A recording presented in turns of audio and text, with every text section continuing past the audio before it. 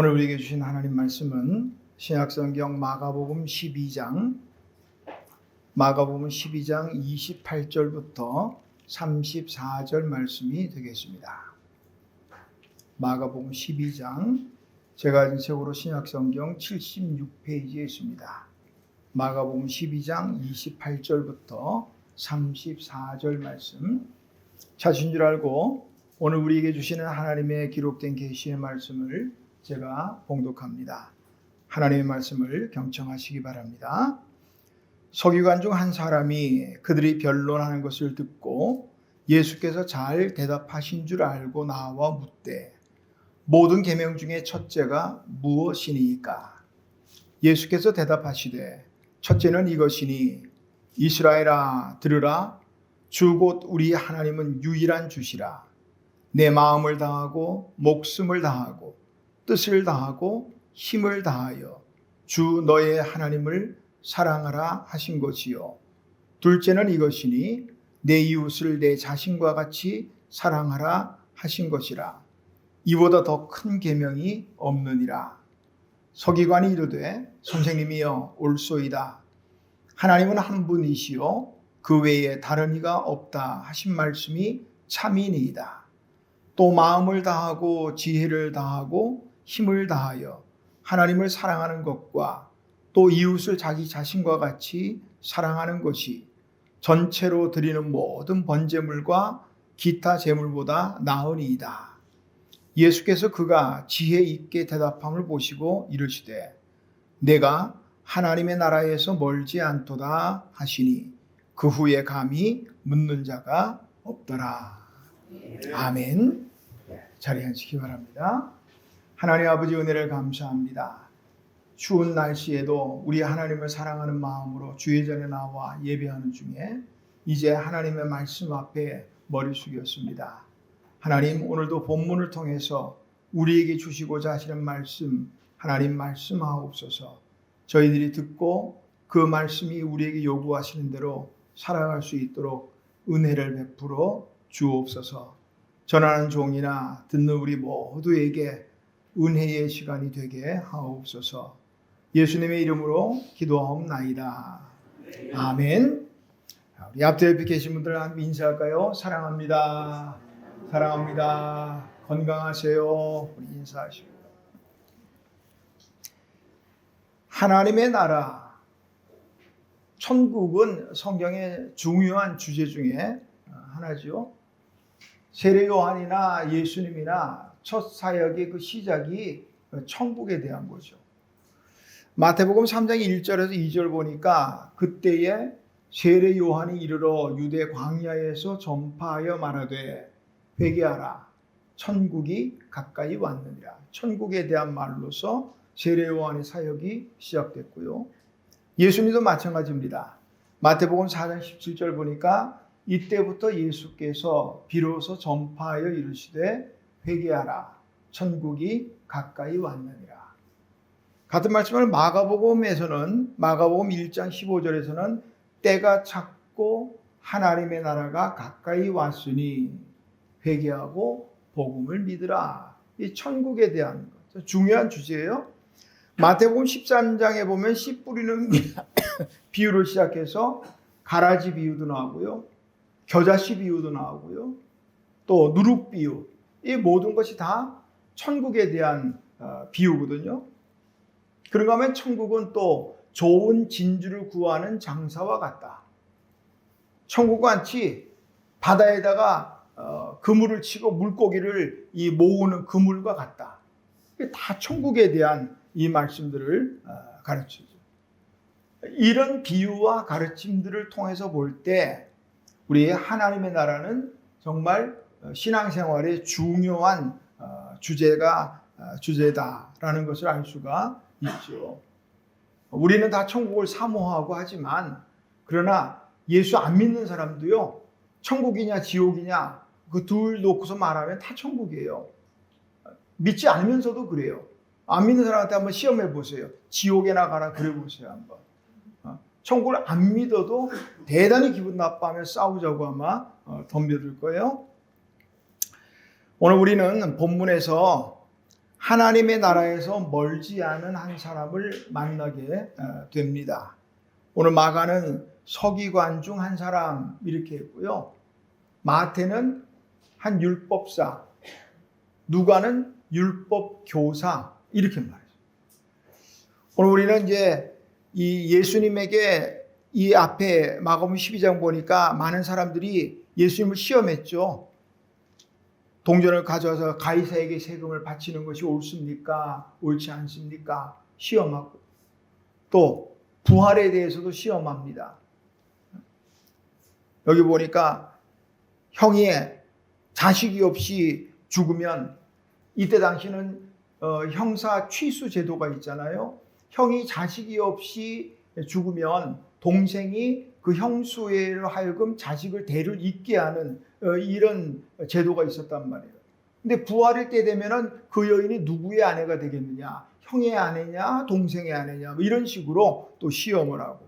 근데 이런 시험들에 대해서 예수님이 아주 지혜롭게 대답을 잘 하시는 것을 보고는 서기관 중에 한 사람이 나와서 물어요. 첫째 되는 계명이 뭡니까? 오늘 마가는 이렇게 했지만 마태는 조금 달라요. 시험하여 이르되 이렇게 했어요. 이 사람도 역시 예수님을 시험하고 있다는 거예요. 근데 이 대화 끝에 예수님이 오늘 34절에 보니까 그 사람이 지혜롭게 대답하는 걸 보시고는 내가 하나님의 나라에서 멀지 않도다. 공동번역 성경은 너는 하나님의 나라에 가까이 와 있다. 이렇게 번역을 했어요. 하나님의 나라에서 멀지 않는, 하나님 나라에 가까이 있는. 이 말씀을 그냥 탁 들으면 어떤 생각이 드실까요? 내가 하나님의 나라에서 멀지 않도다. 아니면 내가 하나님 나라에 가까이 있구나. 이렇게 말을 들으면 어떤 생각이 들어요?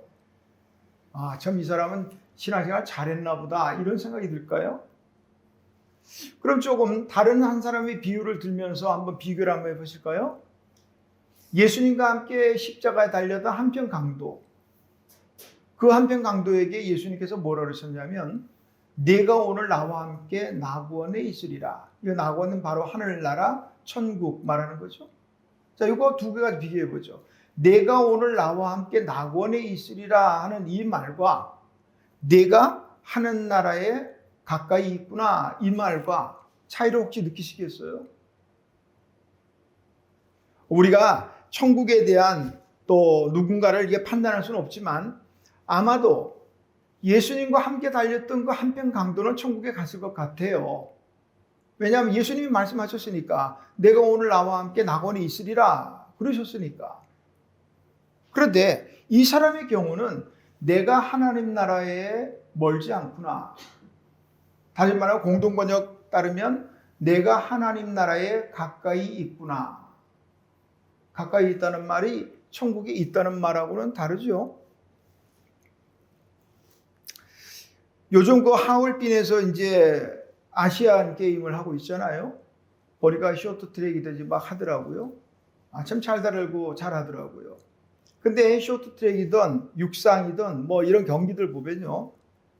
다 이 결승 라인을 지나가야 돼요. 아무리 뭐 스타트가 빠르든 뭐 중간에 빨리 달리든 결승선 앞에서 멈춰버리면요. 그 사람은 메달하고는 상관이 없는 거예요. 그 선을 지나가야 돼요. 신학자 벵겔이라는 분은요. 하나님의 나라에 관련해서 네 종류의 사람으로 구분을 했어요. 첫 번째는 하나님의 나라에 충분히 들어갈 수 있는 사람. 바로 저와 여러분. 아멘. 하나님 나라에 충분히 들어가는 사람. 두 번째는 해변의 가까스로 도달한 난파선의 선원처럼 가까스로 구원받는 사람. 어찌 보면 십자가의 한편 강도처럼.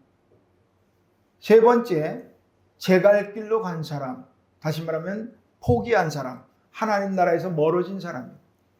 마지막 네 번째, 하나님의 나라에서 결코 멀리 떨어지지 않았지만 결국 못 들어간 사람. 이렇게 네 종류로 구분을 했어요. 오늘 이 서기관, 마태에 의하면 율법사, 누가에 의하면 율법교사, 이 사람은 어떤 사람일까? 아마도 하나님 나라에서 멀지는 않지만 결국 못 들어간 이 사람은 아닐까? 그 이후에 그의 삶이 어떻게 되는지 모르니까 우리가 판단할 수는 없지만요. 만약에 율법사에게 말했던 것처럼 주님께서 오늘 저와 여러분이나 우리에게 야, 아무개야, 네가 하나님 나라에서 멀지 않구나, 이렇게 말씀하신다면 어떻게 받아들이겠어요?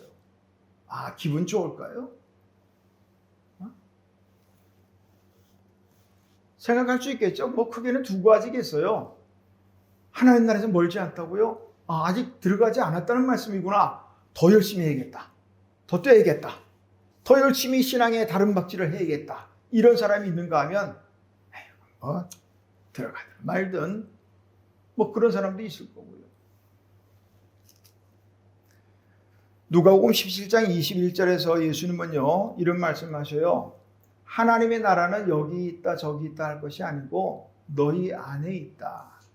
오늘 우리는 여기에 이런 것과는 상관없이 하나님 나라에서 멀고 가깝고 아니라 하나님이 이 속에, 다시 말하면 하나님 나라에 살고 있는 사람들이라 믿으시기를 주님의 이름으로 축원합니다. 그러면 하나님의 나라를 살아가는 사람, 하나님의 나라를 살아가는 사람의 삶은 어떤 삶일까 하는 거죠.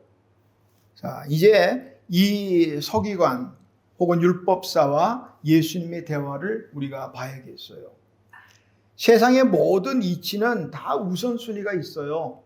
오늘 보니까 다들 정결하게 입고 오셨네요. 옷 하나 입어도 다 순서가 있잖아요. 겉옷 입고 속옷 입는 사람이 없죠. 그런 것처럼 다 순서가 있어요.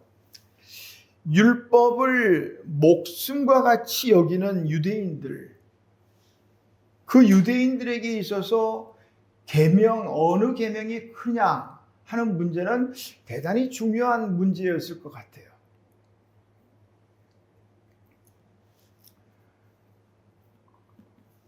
그러니까 이 사람도 물어봤죠.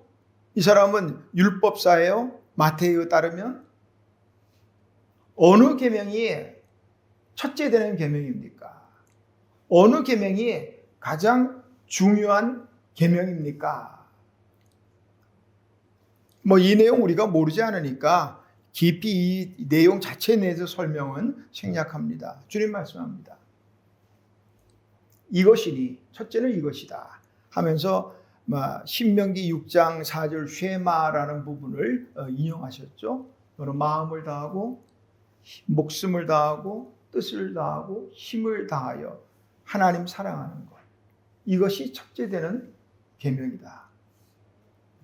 가장 중요한 계명, 첫째 되는 계명은 하나님을 사랑하는 것이라, 이 말씀이죠. 하나님의 사람들의 삶의 초점은 뭐니 해도 가장 먼저는 하나님을 사랑하는 데 맞춰져야 돼요. 지난 한 주간 내 삶을 한번 돌아보면서 내 삶에 하나님에 대한 사랑이 어느 정도 비중을 차지했는가 한번 돌아보시고 그랬으면 좋겠어요.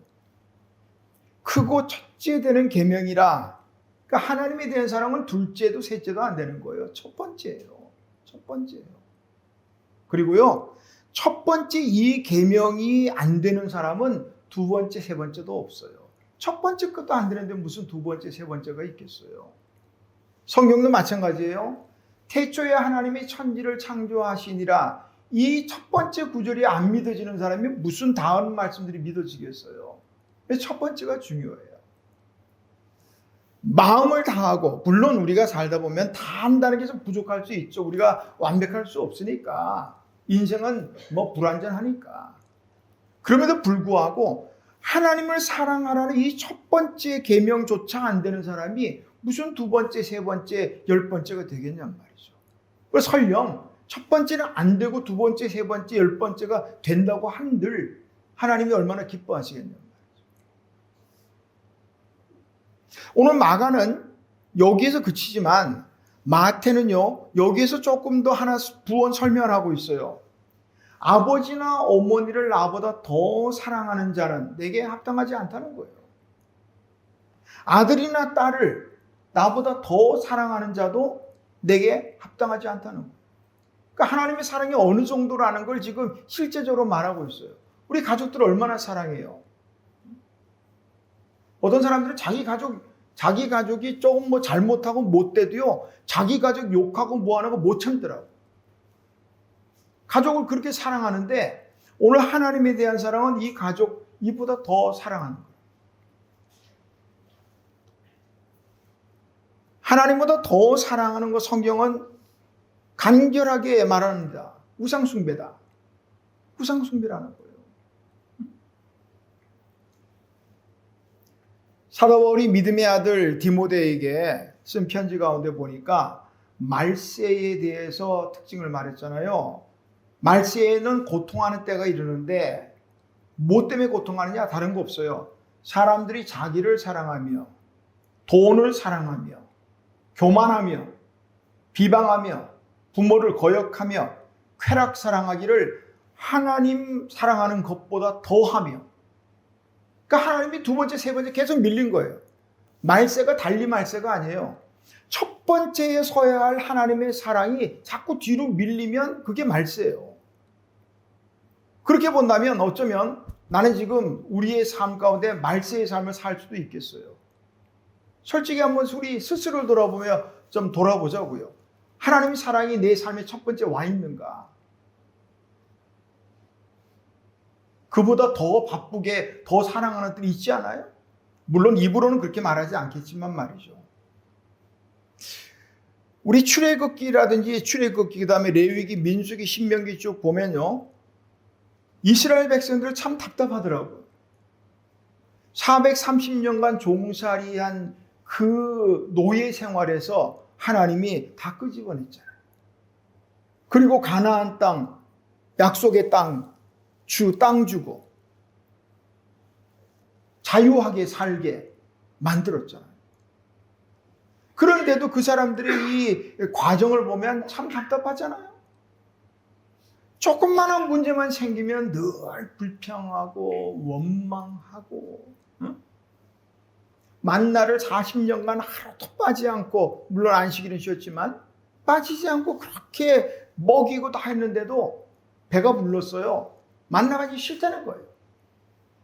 고기도 달라는 거예요.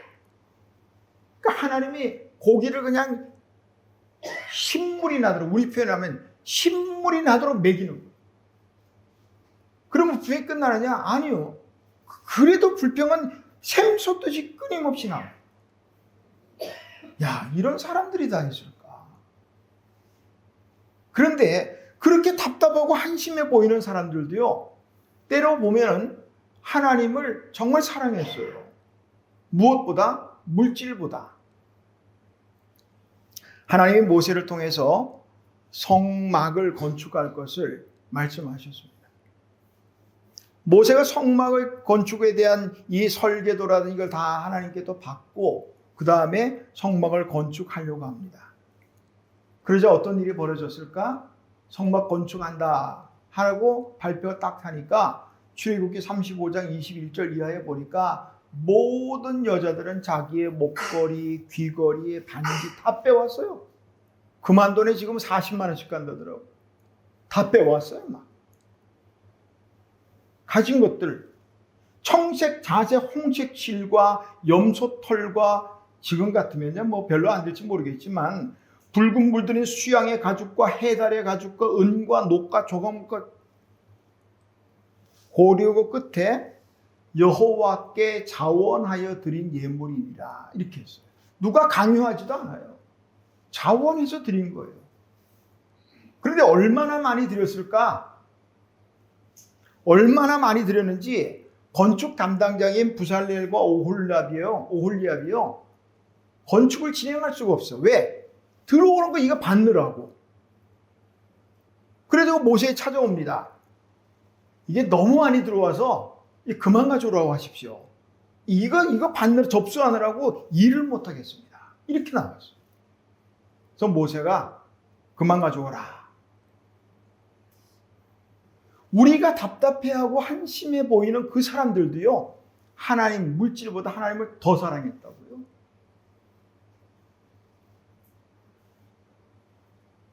하나님의 나라를 사랑하고 또한 이웃을 자신같이 사랑하라.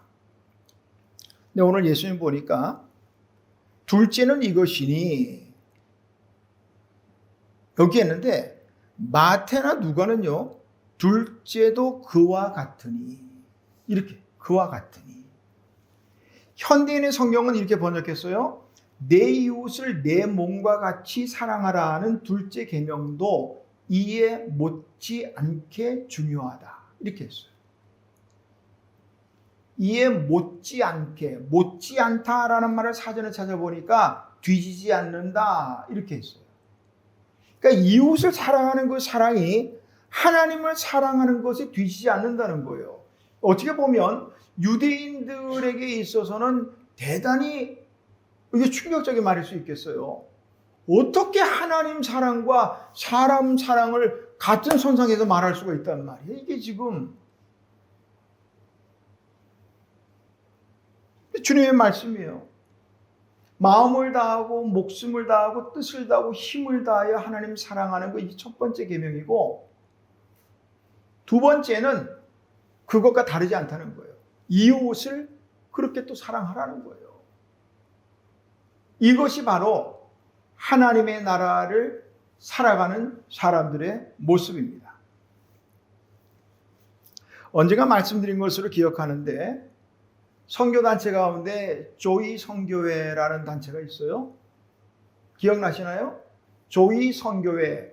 그 영어의 joy라는 말은 기쁘다, 그러니까 기쁜 선교회 이렇게 뭐 되겠지만, 이 joy, J-O-Y라는 이 세 단어 가지고 이 조이 선교의 모토를 볼 수 있어요. joy, G, Jesus first.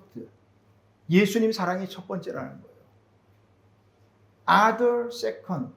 그다음에 이웃이 두 번째, 세 번째 you third. 나는 마지막이라는 거예요. 그러니까 저희 선교의 모토는요, 먼저 하나님을 사랑하고 이웃을 사랑하는 것, 그것이 내 기쁨이 되는 거예요. 우리가 저희 선교회 회원이 아니라도 괜찮아요. 이런 좋은 말들은 그 살아야겠어요. 하나님의 나라를 살아가는 사람들은요, 먼저 하나님을 사랑하고 또 하나님을 기쁘시게 하고 그 다음에 이웃을 사랑하고 이웃을 기쁘게 하고, 그럼으로써 나의 기쁨이 되는 것, 이게 바로 하나님의 나라를 사는 사람들의 모습이 아니겠는가 싶습니다. 주님에게 가장 큰 계명이 무엇입니까? 물었던 이 서기관에 참 지혜로운 것 같아요. 34절 보니까 예수님이 그가 지혜 있게 대답함을 보시고 했죠? 지혜가, 번뜩이는 지혜가 있어요. 그거 뭐라고 말했길래 32절에 보니까 옳습니다. 하나님은 한 분이시고 그 외에 다른 이가 없다 하신 말씀이 참입니다. 또 마음을 다하고 지혜를 다하고 힘을 다하고 하나님을 사랑하는 것과 또 이웃을 자기 자신같이 사랑하는 것이 전체 또 예물로 드리는 것보다 낫습니다.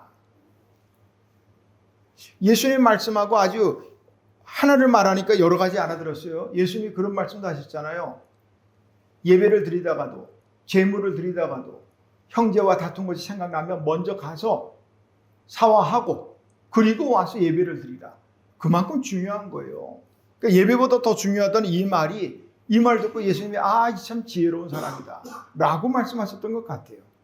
그러면서 하신 말씀이 내가 하나님 나라에서 멀지 않도다. 그런데 이 말씀이 아까 서두에서 말씀드렸지만 어떻게 들리는가? 혹시 착각하지 마세요. 내가 하나님 나라에서 멀지 않도다, 그러니까 하나님 나라에 들어간 줄로 착각하면 안 돼요. 이 사람의 이 천국과의 거리는 딱 요만큼인 거예요. 하나님 나라에 들어가지도 못하고 멀지도 않고 딱 그만큼이라.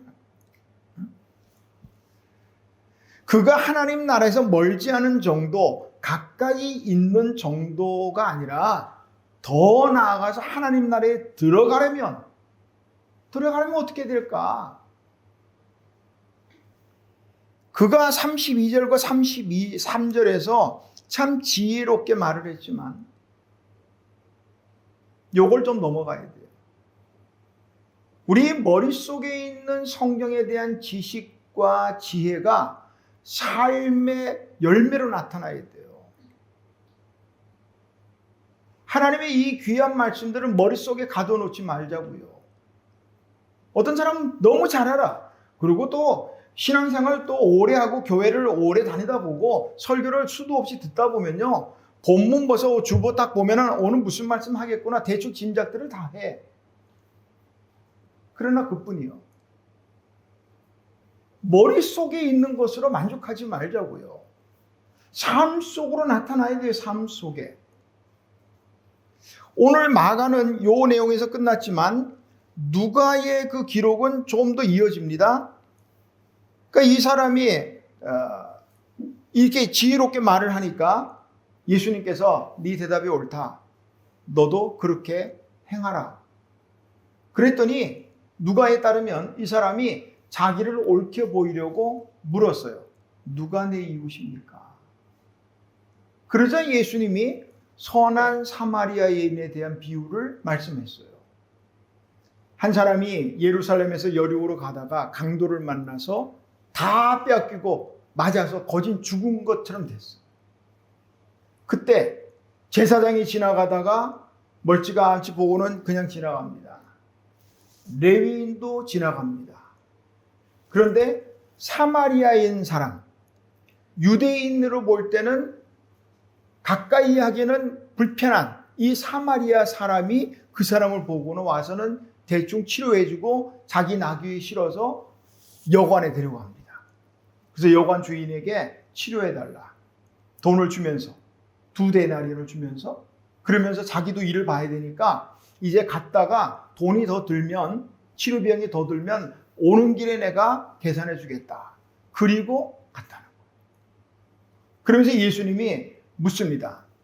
내 생각에는 이 세 사람, 제사장, 레위인, 사마리아인 이 세 사람 중에 누가 강도 만난 자의 이웃이겠느냐라고 물었어요. 그랬더니 어렵지 않은 대답이죠. 자비를 베푼 사람, 선한 사마리아인이었다는 거예요. 예수님의 말씀의 결론은 그겁니다. 가서 너도 이와 같이 하라. 너 잘 기억해둬. 그렇게 말씀하죠. 이와 같이 하라.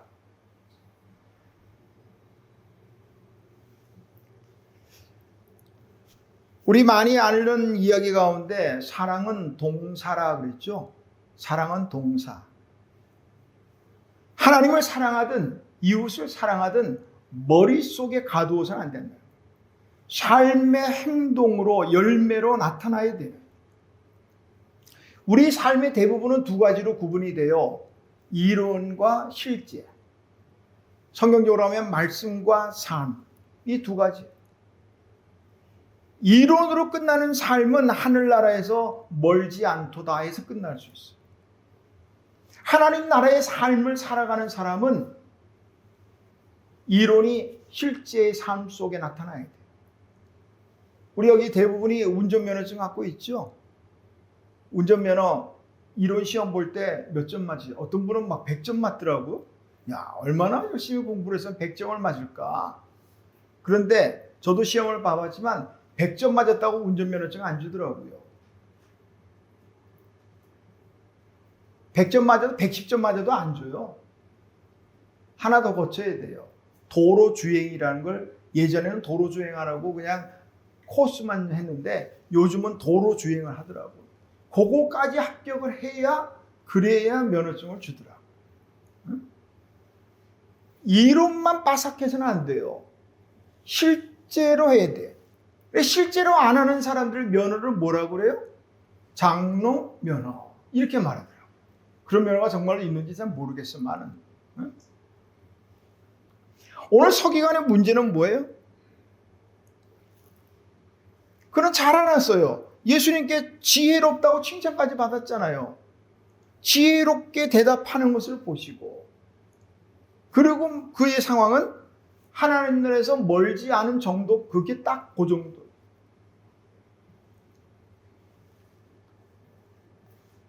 우리 찬양 가운데 보니까 내 마음을 가득 채운 주 향한 찬양과 사랑 어떻게 표현할 수 있나, 이런 찬양이 있다. 하나님의 사랑 어떻게 표현하죠? 그런 말 있잖아요. 표현되지 않은 사랑은 사랑 아니라고 그러잖아요. 어떻게 표현할 거예요? 또 이웃을 향한 표현을 어떻게 할 거예요? 사랑은 그냥 사랑합니다. 말로만 사랑해요? 어떤 글을 보니까 그렇게 되어 있더라고요. 우리가 말로만 하나님을 사랑합니다 라고 말하면 하나님도 말로만 복과 은혜를 주신다. 실제로 하나님 그런 분 아니겠지만, 그렇게 째째한 하나님이 아니겠지만 일견 또 이해는 됩니다. 우리 머릿속에 있는 사랑을, 그 사랑이 삶 속에서 나타나야 돼. 끄집어내셔야지. 내 머릿속에 있는, 우리가 몰라서 신앙생활 잘 못하는 거 아니에요. 아는 것만큼이라도 삶 속에서 살아내면, 그러면 될 줄로 믿습니다. 스스로에게 한번 스스로를 점검해 보자고요. 아, 나는 하나님 나라에서 얼마나 가까이 있을까? 얼마나 멀리 와 있을까?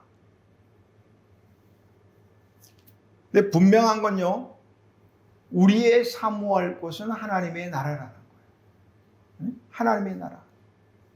우리가 왜 하나님을 이렇게 마음을 다하고 목숨을 다하고 뜻을, 힘을, 사랑, 하나님의 나라, 그 때문이죠.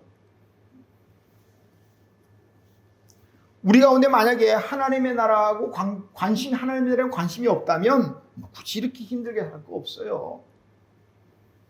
얼마 전에 말씀드린 것처럼 교회 다니는 사람들의 절반 이상 60%가 교회 나오는 목적의 첫 번째가 뭐냐 했더니 마음의 평안을 얻으라고.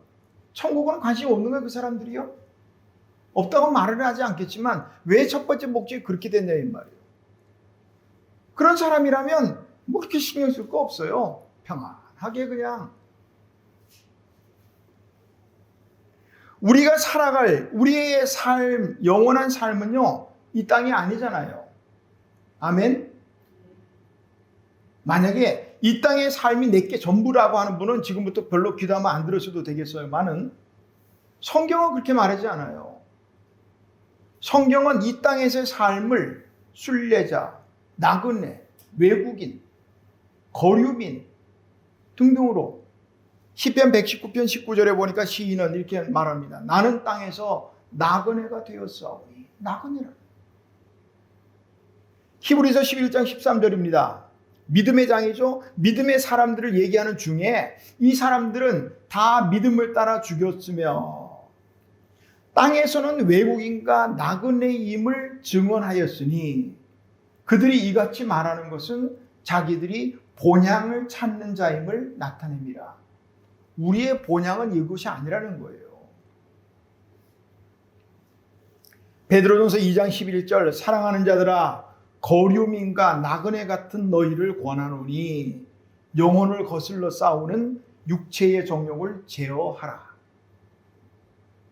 우리가 이 땅의 삶은 거류민과 나그네이기 때문에 육체의 정욕을 제어하고 본향을 향하는, 천국이 어떤 곳일까? 오늘 교동문을 그래서 요한계시록 21장을 정했는데요. 요한계시록 21장에 보니까 이 천국이 얼마나 멋지고 아름다운 곳인지 요한계시록 21장 11절에서 18절에서 21절에 보니까 그 성벽과 성문, 성벽은요 벽옥으로 쌓였고 성곽의 기초석은 각종 보석으로 꾸몄는데 벽옥, 남보석, 옥순, 이거 모르겠어요. 나 어떻게 생겼는지도. 각종 다양한 보석들로 이루어졌고요. 그 문은 12개인데 12문은 전부 진주문이래요. 그리고 성의 길은 맑은 유리 같은 정금으로 되어 있답니다. 상상이 잘 안 가요, 이게. 왜냐하면 이 보석들을 내가 알지도 못하니까. 얼마나 귀한 건지도. 근데 이렇게 돼 있어요. 그리고 또 천국은 우리가 아는 것처럼 더 이상 눈물도 없고 애통하는 것도 없고 사망도 없고 이게 천국이란 말이에요.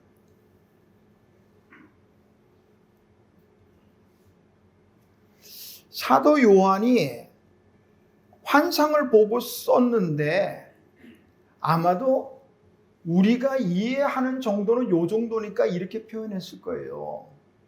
그러나 이거는 우리가 이해할 수 있겠거니 하고 쓴 우리의 언어, 그거지 하나님의 나라는 말로 다 표현할 수가 없겠어요. 어떤 분은 그러더라고요. 하나님의 나라를 설명하자는 것은 마치 개미에게 인터넷을 설명하는 것과 다를까? 그랬더라고요. 개미 붙잡아 놓고 인터넷 설명해 보세요. 알아듣기는 하나. 아니요, 개미꾸지 안 가도요. 우리 뱃속에서 10달이는 아이들이요. 지금 우리가 사는 이 세상을 알까요? 전혀 모르고 완전히 다른 세상을 살게 된다 이 말이에요. 하나님의 나라는 그보다 아마 더할 것 같아요. 우리 사람의 머리로는 이해할 수가 없어요. 목적이 이끄는 삶의 저자인 릭 워렌 목사님은요. 우리의 모국은 천국이다. 이런 말을 했어요. 천국의 모국이라는 거예요. 그러니까 이 땅의 삶에 너무 그렇게 아둥바둥하지 말라는 거예요.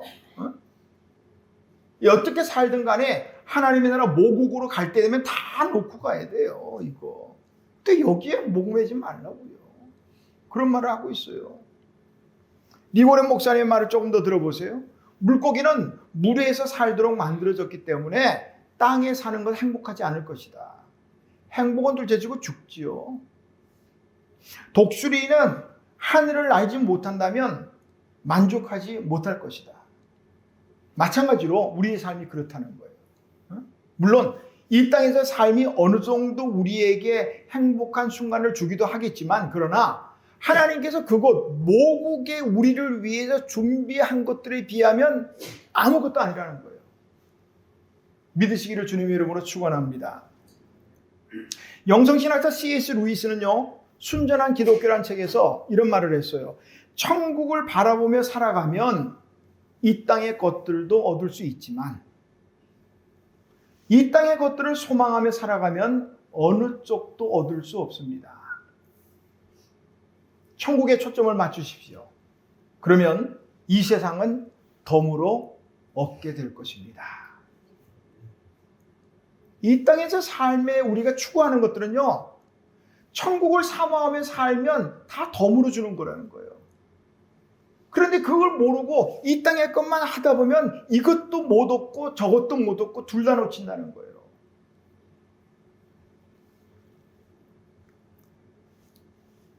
지혜자는 전도서 3장 11절에서 이렇게 말합니다.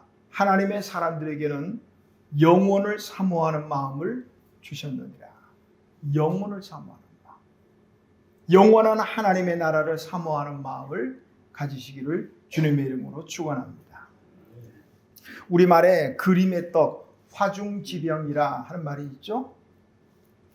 사전적인 뜻은 탐스럽지만 손에 넣을 수 없는 것. 이 화중지병. 그림의 떡이에요. 오늘 가장 큰 계명이 무엇입니까? 라고 물었던 이 서기관 혹은 율법사, 이 사람에게 하나님의 나라는 그림의 떡이 아니었을까?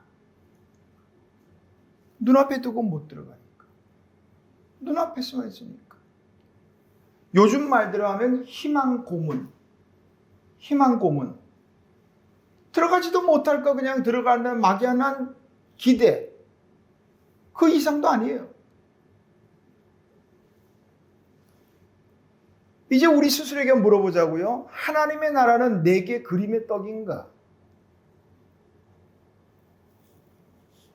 확실히 합시다. 나는 하나님의 나라에서 멀지 않은 사람이 아니에요. 나는 하나님의 백성이고 하나님의 나라의 삶을 살아가는 사람입니다. 아멘. 이번 한 주간 하나님을 사랑하고 이웃 사랑하고 하나님의 나라의 삶을 살아가는 저와 여러분 되시기를 주님의 이름으로 축원합니다. 하나님 아버지 은혜를 감사합니다. 우리가 이 땅에 살아가지만 그러나 우리의 본향은 영원한 하나님의 나라 천국임을 믿습니다. 이 땅의 것들에 가치를 두지 않게 하시고 이 땅의 것들에 하나님 우리가 살아가기보다는 하늘나라를 사모하며 하나님의 나라를 살아갈 수 있도록 도와주시옵소서.